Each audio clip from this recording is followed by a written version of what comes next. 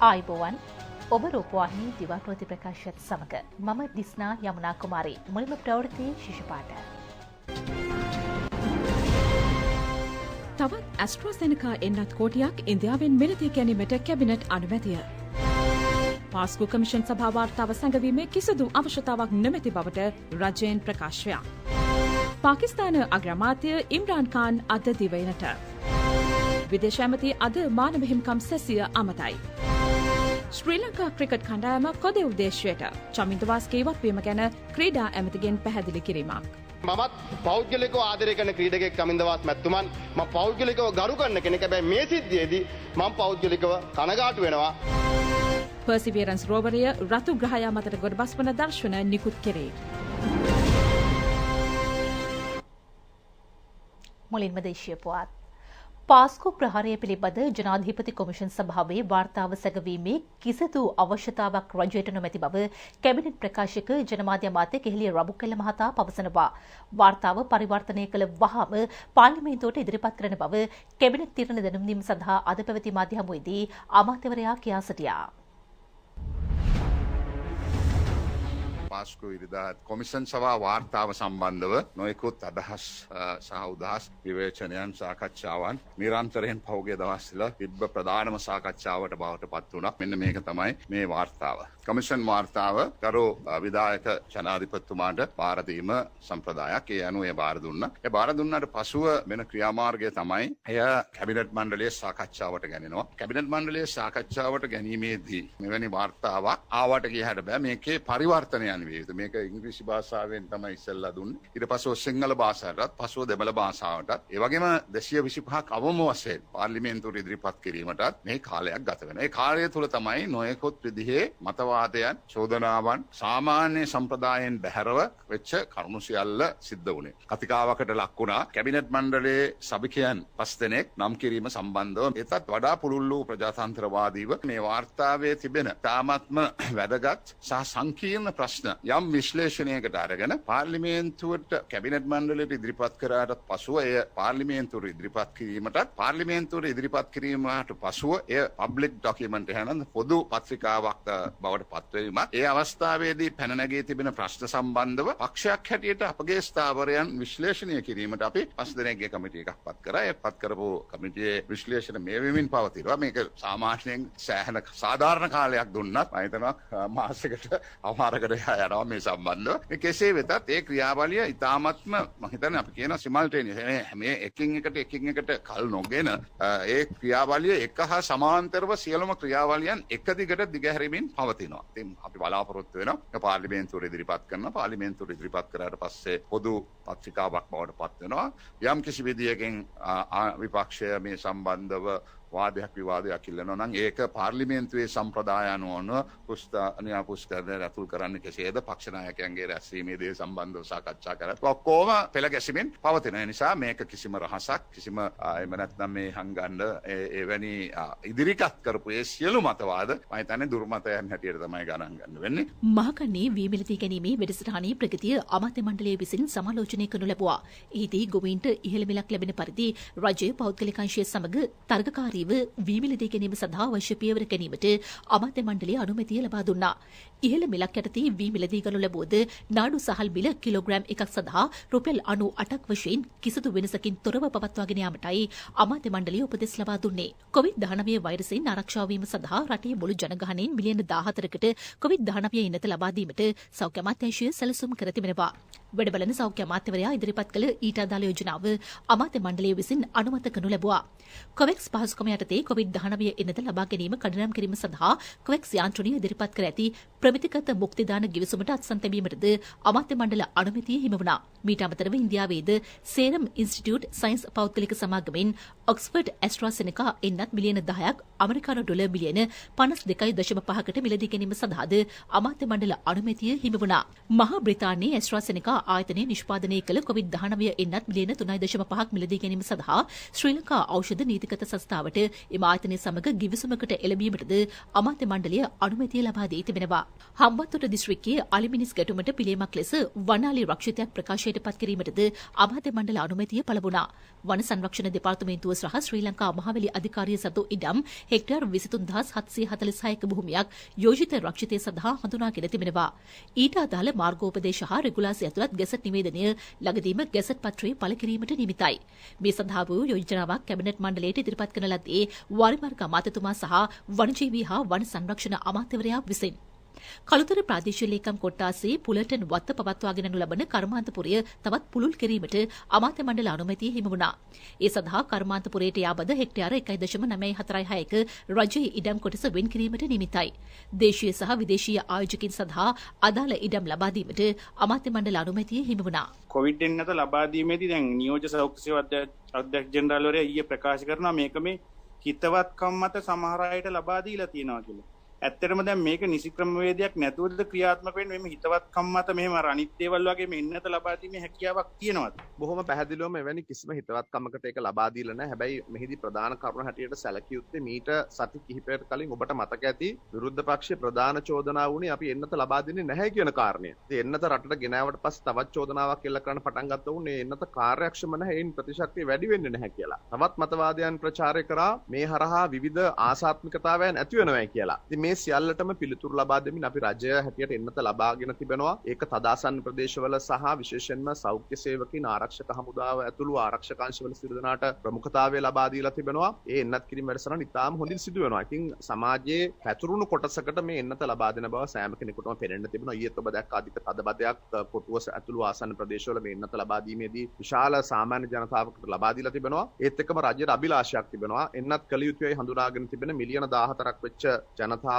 සියලු දෙනාට ඉතාම කඩිනමින් එන්නත ලබලා දීලා එවැනි වැඩසටහනක් ක්‍රියාත්මක කරලා අවසන් කරන ලෝකයේ ඉදිරියෙන්ම සිටින රටක් හැටියට වාර්තා පොතට ඇතුළත් වීම පවා අපේ අභිලාෂයක් වෙන ඒ නිසා කිසිවෙකු සැකයක් ඇති කරගත යුතු නැහැ. එම එන්නත් කිරීම වැඩසටහන ඉතාම විනිවිද පෙනෙන සුළු භාවයෙන් සෑම කෙනෙකුටම සාධාරණ විදිහට ඉතාම කෙටි කාලයක් තුළ අවසන් කරන රජය දැඩි අධිෂ්ඨානයෙන් කටයුතු කරනවා. හැබැයි ඒ වගේම අපි දැක්ක මේ සනත් ජයසූරිය මහත්මයාටත් මේ එන්නත ලබා දෙනවා. ඒ කොහොමද ලබා දුන්නේ? මෙම එන්නත පිළිබඳව ඇති කර සමහර මතවාදයන් විරුද්ධ පක්ෂ ඇතුළු සමහර අය මතු කරා මේ එන්නත ආරක්ෂිත නැහැ කියලා. ලෝකේ බොහෝ රටවල ඔබ දැක්කා ඊයේ පෙන්නවා ඕස්ට්‍රේලියාවේ අගමැති ස්කොට් මොරිසන් මහත්මයා එන්නත විද ගන්න ආකාරය ලෝකේ පුරාම පෙන්නවා. ලෝකේ ප්‍රධාන දේශපාලන නායකයෝ ක්‍රීඩකයින් මේ එන්නත ලබා ගන්න ආකාරය ලෝකයට පෙන්වලා තියෙන්නේ එම එන්නත ආරක්ෂාකාරී බවට ජනතාව අතර හැඟීමක් ඇති වෙන්න. එහෙම ලබා ගත්තේ නැත්නම් ජනතාව අතර විචිකිච්ඡා මතවාදයක් ඇතුණ මේ එන්නත ආරක්ෂාකාරී නැහැ. විදගත්තේ නැත්තම් ප්‍රකට පුද්ගලයින් හෝ ක්‍රීඩකයින් ඕන් කියයි මේක මේ අහිංසක ජනතාවට දීලා බලන් ඉන්නවා කවුරුත් ලොකුවයි විදගන්නේ නැහැ කියලා.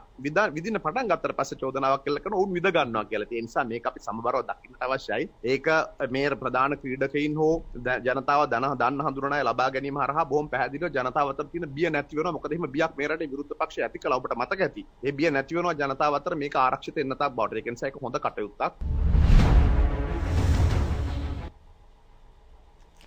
COVID-19 ප්‍රතිශක්තිකරණ වැඩසටහන යටතේ 3,54,352 දෙනෙකුට එන්නත් ලබා දී ඇති බව වසංගත රෝග විද්‍යාංශය පවසනවා. එන්නත්කරණය අදත් ක්‍රියාත්මකයි. එන්නත්කරණය අද ක්‍රියාත්මක කෙරෙන්නේ 26 වෙනි දිනටයි. එන්නත ඊයේ ලබා දුන් පිරිසට 15,583 දෙනෙකු ඇතුළත්. කටුනායක ගුවන්තොටුපොළේ කාර්ය මණ්ඩලයට කොවිඩ් එන්නත ලබා දීම මේ දිනවල සිදු කෙරෙනවා. ඊයේ වන විට 2000කට පමණ එන්නත ලබා දී අවසන්. කටුනායක ගුවන්තොටුපොළේ සේවක සේවිකාවන් 4200කට එන්නත ලබා දීමට නියමිතයි. මත්තල ගුවන්තොටුපොළේ කාර්ය මණ්ඩලයේ සියලුම කාර්ය මණ්ඩලයටද එන්නත ලබා දී අවසන් බවයි වාර්තා වන්නේ. මේ අනුව රට බලාන සහ යාපනය මඩකලපුවන ගුවන්තොටුපොළ සේවකයින්ට අපි දීමට බලාපොරොත්තු වෙනවා. කෙසේ වෙතත් අපි මේ සතිය අවසන් වන විට සම්පූර්ණයෙන්ම මෙම ගුවන්තොටුපොළ ගුවන් සේවා සමාගමේ සේවකයින්ට මෙම එන්නත ලබා දීම අවසන් කිරීමට බලාපොරොත්තු වෙනවා. කොළඹ මහනගර සභා බල ප්‍රදේශයේ විසින ජනතාවට ඇස්ට්‍රාසෙනිකා එන්නත ලබා දීමේ වැඩසටහනක් අද හයිඩ් පාක් පිටියේ ක්‍රියාත්මකයි. එහිදී 1000කට පමණ එන්නත ලබා දීමට නියමිතයි. COVID-19 රෝගයෙන් මෙරට පෝට්න සුවය ලැබූ පිරිස 75110 දක්වා ඉහළ ගොස් තිබෙනවා. එම ප්‍රතිශතය 93.2ට. තවදුරටත් ප්‍රතිකාර ලබන පිරිසට 4957 දෙනෙකු අයත්. COVID-19 රෝගයේ වැළඳුණු තවත් 518 දෙනෙකු ඊයේ හඳුනාගෙනුණා. ඉන් 487 දෙනෙකු පෑලියගොඩ කොවිඩ් පොකුර ආශ්‍රිතව වාර්තා වූවන්. තවත් 28 දෙනෙකු විදේශගතව සිට මෙරටට පැමිණි පුද්ගලයන් අතරින් හඳුනාගෙන ඇති අතර සිසු දෙදෙනා බන්ධනාගාර කොවිඩ් පොකුරේ රෝගීන්. සුවය ලැබූ 811 දෙනෙකු රෝහල් වලින් ඊයේ පිටව ගියා. PCR පරීක්ෂණ 11779ක් ඊයේ සිදු කෙරුණා. මෙරට මෙතෙක් සිදු කර ඇති PCR පරීක්ෂණ සංඛ්‍යාව 20,43,982ක්. COVID-19 පුද්ගල මරණ 5ක් ඊයේ වාර්තා වුණා. ඔවුන් දුනගහ, නුගේගොඩ, කොළඹ 12, මිනුවන්ගොඩ සහ කොළඹ 13 යන ප්‍රදේශවල පදිංචිකරුවන්. මියගොස් ඇත්තේ වයස අවුරුදු 33, 82, 69, 83 සහ 77 යන වයස්වල පසුවුවන්. අදූදී 6න් අවසන් වූ පෙය 24 තුළ සෞඛ්‍යාරක්ෂිත ක්‍රමවේද නොසලකා හැර සිටි 22 දෙනෙකු අත්අඩංගුවටගෙන තිබෙනවා. ඒ සම්බන්ධයෙන් මෙතෙක් අත්අඩංගුවටගෙන ඇති සමස්ත පිරිස 3232ක්. ඊයේ දින අත්අඩංගුවටගත් 22 දෙනාගෙන් 18 දෙනෙක් අත්අඩංගුවටගෙන තිබෙන්නේ හබරණ පොලිස් වසමේ ලක්සිරිගම ප්‍රදේශයේදී ඊයේ අලුයම් කාලයේදී නවාතැන් පොලක ලැබුම්හලක සාදයක් පැවැත්වීමට අදාළවයි මෙම 18 දෙනා අත්අඩංගුවටගෙන තිබෙන්නේ නිරෝධායන රීති උල්ලංඝනය කරමින් මෙම සාදය පවත්වා තිබෙනවා. ඒ වගේම මෙම 18 දෙනා අතර එක් කාන්තාවක්ද සිටින බවට වාර්තා වෙනවා. නිරෝධායන රීති උල්ලංඝනය කිරීම දුරස්ථභාවයේ තබා නොගැනීම සම්බන්ධයෙන් මෙම සැකකරුවන් 18 දෙනාට එරෙහිව ඊයේ දිනේ කැකිරාව අධිකරණයේදී නඩු පැවරුණු ලැබුවා. එහිදී ඔවුන් වරදකරු බවට පිළිගැනීමෙන් අනතුරුව එක් අයෙකුට රුපියල් 2500 බැගින් දඩයක් අධිකරණය මගින් නියම කර තිබෙනවා. කොරෝනා වෛරසයෙන් ඇමරිකානු ජීවිත ලක්ෂ 5ක අහිමිවීම දරාගත නොහැකි තරම් දුක්බර සංදිස්ථානයක් බව ජනාධිපති ජෝ බයිඩන් පවසනවා. ඔහු සඳහන් කරන්නේ මේ දරා ගැනීම ඉතා අපහසු බවයි. රටකින් වාර්තා වූ වැඩිම කොරෝනා මරණ සංඛ්‍යාව ඇමරිකාවෙන් පසුගියදා වාර්තා වුණා. ඇමරිකානු ජනාධිපති ජෝ බයිඩන් සහ උප ජනාධිපති කමලා හැරිස් විනාඩියක නිහඬතාවක් රකිමින් මියගිය අයට සිය ශෝකය පළ කළා. ඇමරිකාවේ කොරෝනා ආසාදිතයින්ගේ සංඛ්‍යාවද මේ වන විට 2,80,00,000 ඉක්මවා තිබෙනවා. ඉන්දියාවේ කොරෝනා ආසාදිතයින්ගේ සංඛ්‍යාව අද වන විට මිලියන 11 ඉක්මවා තිබෙනවා. ඒ රට කොරෝනා මරණ සංඛ්‍යාව 1,56,000කට අධිකයි.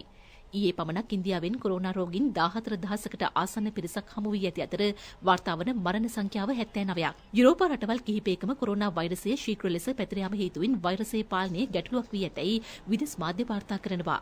මේ අතර ජර්මනිය සහ ප්‍රංශය ප්‍රධාන තැනක් ගන්නවා. ජර්මනිය ඊයේ පාසල් විවෘත කළද රෝගයේ පැතිර යාමේ අවදානම ඉතා අධික බවයි බලධාරීන් පවසන්නේ. ප්‍රංශයේද මේ වන විට වසා දමා නොමැතිවත් සෑම දිනකම සවස 6 සිට පසුදා උදේ 6 දක්වා ඇඳුරු නීතිය බලපැවැත්වෙනවා. යුරෝපයේ මේ වන විට සම්පූර්ණ ආසාදිත සංඛ්‍යාව 3,31,00,000 ඉක්මවා ඇති අතර මරණ සංඛ්‍යාව 7,91,000කට අධිකයි. පාකිස්තාන අග්‍රාමාත්‍ය ඉම්රාන් ඛාන් මහතා දෙදින නිල චාරිකාවක් සඳහා අද ශ්‍රී ලංකාවට ළඟා වනවා. කොරෝනා වසංගතය ඇරඹීමෙන් පසු අගමැතිවරයා පාකිස්තානයෙන් බැහැර සිදු කරන ප්‍රථම විදෙස් චාරිකාව මෙයයි. අග්‍රාමාත්‍ය ඉම්රාන් ඛාන් ඇතුළු පාකිස්තාන දූත පිරිස රැගත් විශේෂ ගුවන් යානය අද පසුරු 4ට පමණ කටුනායක අන්තර්ජාතික ගුවන්තොටුපළට ළඟා වීමට නියමිතව තිබෙනවා. අනතුරුව ඔවුන් අර්ලිගහ මන්දිරයේදී අග්‍රාමාත්‍ය මහින්ද රාජපක්ෂ මහතාගේ මූලිකත්වයෙන් පැවැත්වෙන නිල සාකච්ඡාවලට සහභාගී වීමට නියමිතයි. ද්විපාර්ශ්වික ගිවිසුම් කිහිපයක්ද එහිදී අත්සන් තැබෙනවා. ජනාධිපති ගෝඨාභය රාජපක්ෂ මැතිතුමා සමග පවත්වන සාකච්ඡාවලින් පසු දෙවැනි දිනේදී පාකිස්තාන අග්‍රාමාත්‍යවරයා ඇතුළු දූත පිරිස ව්‍යාපාරික ආයෝජන සැසිවාරයකට එක්වන අතර ක්‍රීඩා රාජතාන්ත්‍රික උත්සවයකටද සහභාගී වීමටද නියමිතව තිබෙනවා. පාකිස්තාන ව්‍යාපාරික ප්‍රධානීන් පිරිසක්ද මේ රාජ්‍ය චාරිකාවට එක්වනවා. ද්විපාර්ශ්වික සාකච්ඡාවලදී වෙළඳ හා ආයෝජන ක්ෂේත්‍රය කෙරෙහි විශේෂ අවධානයක් යොමු වන බවයි විදේශ අමාත්‍යාංශය ප්‍රකාශ කරන්නේ. ඇඟලුම්, ඖෂධ, කෘෂි නිෂ්පාදන, තොරතුරු සංනිවේදන, ඉදිකිරීම්, මැණිකා, ස්වර්ණාභරණ ඇතුළු ක්ෂේත්‍ර රැසක ද්විපාර්ශ්වික වෙළඳ සබඳතා තර කිරීම කෙරෙහි නියෝජිතයන්ගේ අවධානය යොමු වනවා. පාකිස්තාන විදේශ ඇමති ෂා මෙහමුද් කුරේෂි සහ ජ්‍යෙෂ්ඨ නිලධාරීන් පිරිසක් පාකිස්තාන දූත පිරිසට ඇතුළත් වනවා. එක්සත් ජාතීන්ගේ මානව හිමිකම් කවුන්සලේ 46 වෙනි සැසිවාරය ඊයේ ආරම්භ කෙරුණා. විදේශ අමාත්‍ය දිනේෂ් ගුණවර්ධන මහතා ශ්‍රී ලංකාවේ ස්ථාවරය පිළිබඳව අද කරුණු දැක්වීමට නියමිතයි. එක්සත් ජාතීන්ගේ මානව හිමිකම් සැසිවාරය ඊයේ සිට ලබන මාස 23 වෙනිදා දක්වා පැවැත්වීමට නියමිතයි. COVID-19 වසංගතය නිසා මෙවර සැසිවාරය සම්පූර්ණයෙන්ම පැවැත්වෙන්නේ වීඩියෝ තාක්ෂණය ඔස්සේ. සමාරම්භක සැසිවාරය ඇමතු බ්‍රිතාන්‍ය විදේශ ලේකම් ඩොමිනික් රාබ් කියා සිටියේ ශ්‍රී ලංකාව සම්බන්ධයෙන් යෝජනාවක් ගෙනීමට මූලික රටවල් කණ්ඩායම සූදානම් බවයි.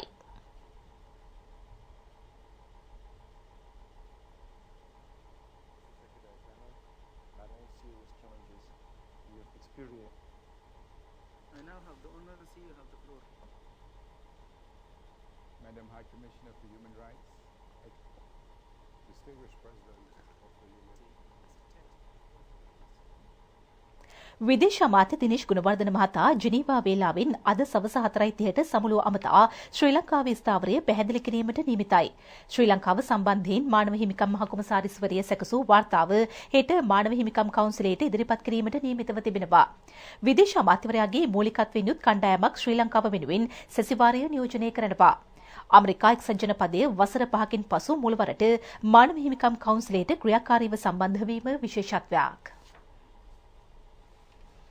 බටහිර ඉන්දිය කොදෙව් සංචාරය සඳහා ශ්‍රී ලංකා ක්‍රිකට් කණ්ඩායමේ වේගපන්තු පුහුණුකරු ලෙස චමින්ද වාස් මහතා සහභාගී නොවීම සම්බන්ධයෙන් තමා අතිශය කනගාටුවට පත්වන බව ක්‍රීඩා අමාත්‍ය නාමල් රාජපක්ෂ මහතා අද පාර්ලිමේන්තුවේදී ප්‍රකාශ කළා. තුෂාර ඉන්දුනිල් මන්ත්‍රීවරයා නැගූ ප්‍රශ්නයකට පිළිතුරු දෙමින් ඔහු මේ බව කියා සිටියා.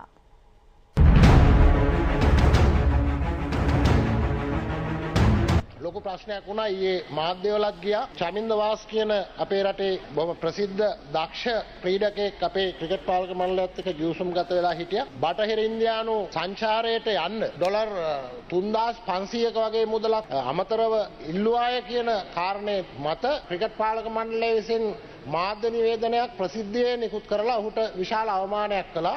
විශේෂයෙන්ම චමින්දවාස් මැතිතුමාගේ සිදුවීම පිළිබඳව මම පෞද්ගලිකව කනගාටු වෙනවා. ඔහු ඉතාමත් දක්ෂ ක්‍රීඩකයෙක්, වගේම පුහුණුකරුවෙක්, දෙවෙනි පුහුණුකරුවෙක් අපේ ජාතික කණ්ඩායමට අහිමිවීම පිළිබඳව මම කනගාටු වෙනවා. ඔහු ක්‍රිකට් පාරක මණ්ඩලයත් දෙක ගිවිසුම්ගත වෙලා තියෙනවා යම්කිසි මුදලක් ගෙවීම සඳහා නැත්නම් යම්කිසි පඩියකට. ඒ අනුව ටුවර් එකක් යනකොට ටුවර් එකට අදාළ මුදලක් ගෙවීමක් සිද්ධ වෙනවා. අවසාන මොහොතේ ඇවිල්ලා යම්කිසි වැඩි කිරීමක් පිළිබඳව එතුමා ඉල්ලීමක් කළා තියෙනවා. ඒ ඉල්ලීම පිළිබඳව මම විවේචනාත්මකවත් ඒ සාධාරණීකරණය කරන්නවත් යන්නේ නැහැ. හැබැයි ක්‍රිකට් පාලක මණ්ඩලයේ අනිත් පැත්තට පෙරලා එක්ස්කෝ එකේ අනුමැතියට යටත්ව ලක්ෂ 7මාරක මුදලක් ගෙවන්න එකග වෙලා තියෙනවා මේ සංචාරට පමණක්. මොකද ක්‍රිකට් පාලක මණ්ඩලයේ ගිවිසුම් ප්‍රකාරව යනකොට ඒ ගිවිසුමට අමතරව ටුවර් ෆී එකක් තියෙනවා. ඒ ටුවර් ෆී එකට අමතරව තමයි ගරු මණ්ඩලතුමනි මේ ලක්ෂ 7මාර ගෙවන්න ක්‍රිකට් පාලක මණ්ඩලය එකග වෙලා තියෙන්නේ. හැබැයි කෙසේ වෙතත් චමින්දවාස් මැතිතුමන් මේ ලක්ෂ 7මාර පිළි අරගෙන නැහැ. එතුමා රෙසිග්නේෂන් දීලා තියෙනවා. ඉතින් ඒ අනුව ක්‍රිකට් පාලක මණ්ඩලය ඒක බාර අරගෙන තියෙනවා. හැබැයි තමන්ගේ ජාතික කණ්ඩායම විදේශගත වෙන්න පැය 4කට පෙර ඉල්ලාස්වීම පිළිබඳව මම පෞද්ගලිකව කනගාටු වෙනවා. මොකද පාලක මණ්ඩලයක මොන ගැටලුව තිබ්බත් ගරු මණ්ඩලතුමනි ක්‍රීඩකයෝ තමයි අවසානයේ අසාධාරණ ලක් වෙන්නේ, විශේෂයෙන්ම තරුණ කණ්ඩායමක්. කලින් හිටපු වේග පන්දු පුහුණුකරු ඩේවිඩ් සේක කියන පුද්ගලයාට ගෙවපු මුදලක් තිබුණා. ඉතින් මේ මුදල චමින්ද වාස් මේ අපේ රටේ දේශීය ක්‍රීඩකයෙක් හැටියට මේ මුදල හරිය එතුමාට දෙන්න යුතුයකමකුත් තිබුණා. ගිවිසුම් ප්‍රකාරව නැවත වතාවක් වැඩිපුර ගෙවීමක් සිදු කරන්න අවශ්‍යතාවයක් නැහැ. දෙවෙනි කාරණය තමයි විදේශ ඔය හිටපු පුහුණුකරුගේ පඩිය. ඉතින් ඒ පිළිබඳව සාකච්ඡා කරන්න ක්‍රමවේදයක් තියෙනවා. ටුවර් එකක් යන්න පැය 3කට කලින් ඇවිල්ලා මට මේක දුන්න නැත්නම් මම යන්නේ නැහැ කියලා ඩිමාන්ඩ් එක දැම්මොත් ගරු මණ්ඩලතුමනි හෙට අනිත් පුහුණුකරු ඒ කාරණේ කෙරුවොත් අපි කොහොමද ගරු කතානායකතුමනි මුණ දෙන්නේ? ගෙවීම පිළිබඳව මෙතන කිසිම ගැටලුවක් නැහැ. එතුමා බටහිර කොදෙව් සංචාරයට ගිහිල්ලා perform කරලා ආවට පස්සේ අපේ කොහොමද ක්‍රිකට් කමිටියේ සලස්මක් තිබ්බ චමින්දවාස් මැතිතුමා දීර්ඝ කාලීන ක්‍රිකට් ගිවිසුමකට ගේන්න. ඉතින් ඒ දීර්ඝ කාලීන ගිවිසුම සාකච්ඡා කරනකොට එතුමාට අවශ්‍ය කාරණා ඉදිරිපත් කරා නම් අපිට ඒ කාරණේ ඉදිරිපත් කරන්න පුළුවන්. හැබැයි මෙතන ගැටලුව ඒක නෙවෙයි. මෙතන ගැටලුව කරු මන්ත්‍රීතුමනි ටුවර් එක රෑ 11ට එයාපෝට් යන්න තියේදී හැන්දෑවේ 5ට ඇවිල්ලා මෙහෙම කරේ නැත්තම් මම රිසයින් වෙනවා කිව්වම ඒ ප්‍රෙෂර් එකට අපි ක්‍රිකට් පාලක මණ්ඩලයේ වැරදි ඇති. ඒක මට අදාළ නැහැ. හැබැයි ක්‍රිකට් පාලක මණ්ඩලයේ ඒ ප්‍රෙෂර් එකට ඔළුව නැවුවොත් හෙට දකුණු අප්‍රිකාවේ පිට්ටනියට බහින්න කලින් තව පුහුණුකරුවෙක් කිව්වොත් මට මේක දුන්නේ නැත්තම් මං අයින් වෙනවා කියලා. අනිත් එක්කනට දුන්නා නම් අපිට දෙන්න කියලා. ක්‍රීඩකයෙක් ඇවිල්ලා කිව්වොත් මට මේ ගාන ගෙවුවේ නැත්තම් මං හෙට ගහන්නේ නැහැ. මොකද අර පුහුණුකරුවට ඒ විදිහට සැලකුණා මට බැරියයි කියන එකට. එතකොට අපි කොහොමද මේකට මුහුණ දෙන්නේ? හින්දා ක්‍රමවේදයක් තියෙන්න ඕනේ. අපි පැහැදිලිව කියනවා කරු කතානායකතුමනි ක්‍රීඩකයාගේ විනය, පාලක මණ්ඩලයේ විනය, වගේම පුහුණුකරුවන්ගේ විනය, පරිපාලනයේ විනය මේ කියන කාරණා සියල්ලම රැකගෙන අපි ඉදිරියට යන්න ඕනේ. අපි විශ්වාස කරනවා අපි පත් කරපු ක්‍රිකට් කමිටු එක සාධාරණව ක්‍රීඩාවේ අභිවෘද්ධිය වෙනුවෙන් තීන්දුව తీරන ගන්නවා. ඉතින් මමත් පෞද්ගලිකව ආදරය කරන ක්‍රීඩකයෙක් චමින්දවාස් මැතිතුමන්, මම පෞද්ගලිකව ගරු කරන කෙනෙක්. හැබැයි මේ සිද්ධියේදී මම පෞද්ගලිකව කනගාටු වෙනවා. මාවවත් අමාත්‍යාංශයවත් ක්‍රිකට් පාලක මණ්ඩලයවත් අතහැරීම ගැන නෙවෙයි. අර ක්‍රීඩකයෝ තමන්ගේ ජාතිකත්වයේ ලෝක කුසලන ජයග්‍රහණය කරපු ක්‍රීඩකයෙක් එක් පුහුණුකරුවෙක් විදියට සංචාරයක් යන බලන් හිටපු ක්‍රීඩකයෝ අද ෆාස්ට් බෝලින් කෝච් කෙනෙක් නැතුව තනියම යන්න වෙච්ච එක ගැන. චමින්දවාස් මැතිතුමාගේ ගැටලුව අර මේ විදේශීය පුහුණුකරුට ගෙවපු ගාන නොගෙවපු නිසා එතුමා ඉල්ලලා තිබ්බ ඩොලර් 200ක පර් ඩියම් එකක්. ඒතකොට එග්‍රීමන්ට් එකක් තිබ්බේ නැහැ. එතුමා. ඒතකොට ඩොලර් 200ක පර් අර කතානායකතුමනි ඒක පර් ඩියම් නෙමෙයි පර් ඩේ. ඩොලර් 200ක් පර් ඩේ. දවසකට ඩොලර් 200ක්. අපි පැහැදිලිව කියන්න ඕනේ ඔබතුමාලට ඕනේ විදිහටවත් මට ඕනේ විදිහටවත් ක්‍රිකට් පාලක මණ්ඩලයට කියන්න බෑ හෙට පඩි වැඩි කරන්න අනිද්දා මේව කරන්න කියලා. ඒකට ක්‍රමවේදයක් තියෙනවා. අපි පැහැදිලිව ඒ ක්‍රමවේදය අනුගමනය කරනවා සහ ක්‍රීඩකයෙක් පුහුණුකරුවෙක් තෝරා ගැනීමේදී දක්ෂතාවය මිසක් ඒ පුහුණුකරුවගේ ජාතිය ආගම රට ගැන අපි බලන්නේ නැහැ. අපි දක්ෂතාවයට අනුව පුහුණුකරුවා තෝරගන්නවා. හරි. බොහොම ස්තුතියි ඇමතුමා. ප්‍රකාශයක් කරා ජාතියට සතුරුදායක ආරංචියක් කිය ඉන්දියාවට පහුගිය එක්සත් ජාතික පක්ෂ ආණ්ඩුවෙන් පවරා දීපු තෙල් ටැංකි ටික අපි පවරා ගත්තාය කියලා. ඔබතුමා කරපු ප්‍රකාශය ඇත්තද කියන එක මේ රටේ ජනතාවට දැනගන්න කැමතියි. එක්සත් ජාතික පක්ෂය අපේ රට සතු ජාතික සම්පතක් වෙන අපේ ත්‍රිකුණාමලේ තෙල් ටැංකි සමූහය තෙල් ටැංකි 100ක් තිබ්බ 100ම ඉන්දියාවට දීලා දැම්මා. අපි අද ඉන්දියාවත් එක්ක සාකච්ඡා කරලා ඒ තෙල් ටැංකි කඤ්ඤ තෙල් නීතිගත සංස්ථාවට බහුතර කොටස් තියෙන ඉතුරු කොටස් ඉන්දියාවට තියෙන සමාගමකින් පාලනය කරන්න මෙවුන්ට කැමති වෙලා තියෙනවා. මේ වෙන විට 100% ඉන්දියාවට තියෙනවා. ඒකෙන් බහුතර කොටස් අපිට ලබා ගැනීම තමයි සිද්ධ වෙලා තියෙන්නේ. එක්තරා නාලිකාවක් Tamanගේ එසර ප්‍රවෘත්ති වල නැත්නම් නිවුස් චැනල් එක මේක ඉංග්‍රීසියට පරිවර්තනය කරලා තිබ්බේ. ඒගොල්ලෝ කළ යුතුව තිබුණේ oil tanks in Trincomalee will be ours in near future කියලා. හැබැයි ඒක පරිවර්තනය කළා තිබ්බේ ශ්‍රී Lanka will reacquire the oil tank farm in Trincomalee කියලා. reacquire කියන්නේ අත්පත් කරගන්නවා. අර ඉඩම් අත්පත් කරගන්නවා වගේ ගිහිල්ලා අල්ල ගන්නවා කියන අදහස එන්නේ. නෑ බොරුවක් නෑ ඇත්තක්. අත්පත් කරගන්නවා කියන එක බොරුවක්. බලාත්කාරයෙන් ගැනීම. ඔබතුමාට පොඩ්ඩක් මේ ඉංග්‍රීසි වචන දෙකේ තේරුම දෙක තේරෙන්නේ නැද්ද? ඔබතුමා හතරේ පන්තියේ ඉංග්‍රීසි ඉගෙන නැති කියලා මම හිතනවා. ඒකවත් තේරෙන්නේ නෑනේ. හතරේ පන්ති තේරෙනවනේ. ඒත් හොඳට වෙති මං කියන්නේ තේරුම් ගන්න අහගෙන ඉන්න. ඉන්දියාවේ පුවත්පත් දෙකක් ප්‍රධාන සිරස්තලයේ බවට පත් කරගෙන තිබුණා ශ්‍රී Lanka will reacquire oil tank farm in Trincomalee කියන කාරණේ. ඒ අනුව තමයි ඉන්දියානු තානාපති කාර්යාලයේ පැහැදිලි කිරීමක් කළේ. ඒ ඉන්දියානු පැහැදිලි කිරීමේ ඉතා නිවැරදිව සඳහන් වෙනවා ශ්‍රී ලංකාවට අත්පත් කර දීමක් ගැන අපි සාකච්ඡා කළා නෑ. නමුත් ශ්‍රී ලංකාවත් ඉන්දියාවත් සංවර්ධනය කරන්න බලාපොරොත්තු වෙනවා කියලා ඉතාම නිවැරදිව සඳහන් කරලා තිබුණා.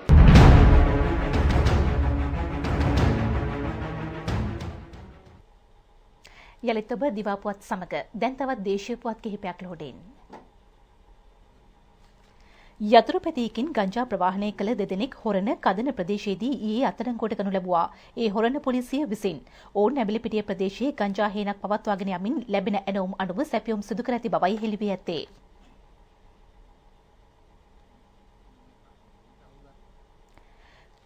කලවාන රඹුක ගඟ හරහා තෙබුල බෝපිටිය ප්‍රදේශ සම්බන්ධ කරමින් නව පාලමක් ඉදිකිරීම පසුගියදා ආරම්භ කෙරුණා.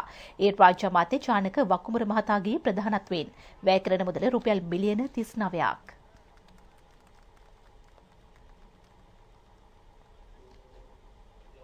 රුපියල් දසලක්ෂයකට අධික වටිනාකමින් යුතු ඖෂධ තුගයක් මහර්ගම අපේක්ෂාරෝහලට පසුගියදා පරිත්‍යාග කෙරුණා. ඒ ශ්‍රී ලංකා නිපෝන් කේන්ද්‍රය මගින් ශ්‍රී ජයවර්ධනපුර ප්‍රධාන සංඝනායක ශ්‍රී ලංකා නිපෝන් අධ්‍යාපනික හා සංස්කෘතික කේන්ද්‍රයේ මහලේකම් ශාස්ත්‍රපති මීගහතැන්නේ චන්දසිරි නාහිමියන්ගේ 70 වැනි ජන්මදිනය හා නිපෝන් කේන්ද්‍රයේ 35 වැනි සංවත්සරයට සමගාමීව පරිත්‍යාගය සිදු කෙරුණා.